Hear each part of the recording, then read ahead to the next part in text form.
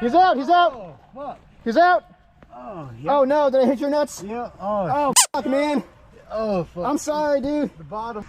Hey everybody, I'm Paintball Dad, and today I played Woodsball with my mechanical Spider Victor. So why am I playing Woodsball and why am I using a Spider? Well, if you follow my channel and if you've been keeping up with my short series, you'll notice that a lot of my latest videos have been in the woods. And that's because I decided to take a step back from tournament paintball and just play some recreational paintball for a little while. I'm eventually going to get back into tournaments, but in the meantime, I just need a break as I've decided to step away from the team that I've been playing with for the past 2.5 years. I don't want to go into too much detail about that right now, but the long story short is just that I wasn't happy with how I felt like I was fitting into that team dynamic. Now, I will eventually get back into tournament speedball, but in the meantime, I'm just going to take it easy for a little while, play some rec ball, and go test out some other fields and meet some other teams. Maybe I'll even do some freelancing so I can figure out which teams I vibe the best with. So that answers the question of why I've been playing Woodsball. Now, why am I using a Spider?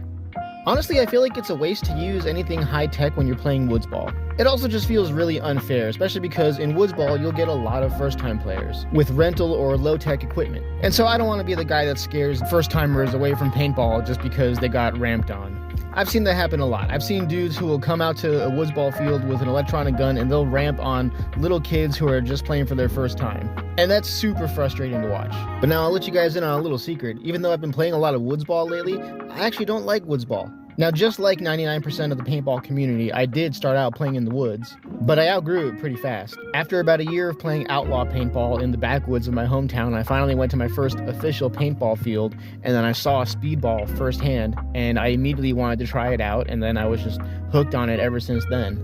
Because Speedball has all the same basic elements as Woodsball, just cranked all the way up.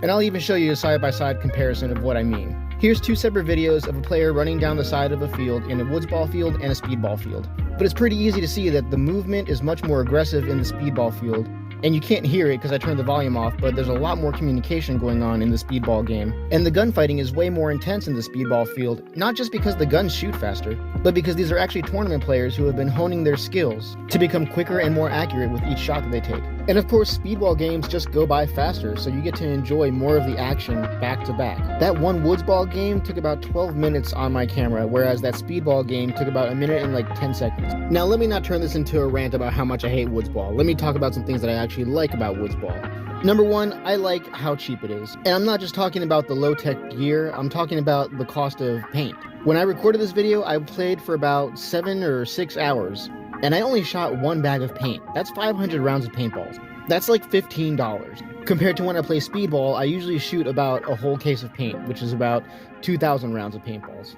I also feel that Woodsball is a friendlier environment for paintball players. And that's probably because the average Woodsballer is not trying to become a tournament player. They're not trying to become pro. They're really just out there to have fun. But most Speedball players do have it in their minds that someday they want to do tournaments or they may want to even go pro. So there's just naturally going to be a higher level of competition and even some tension when you step onto a Speedball field.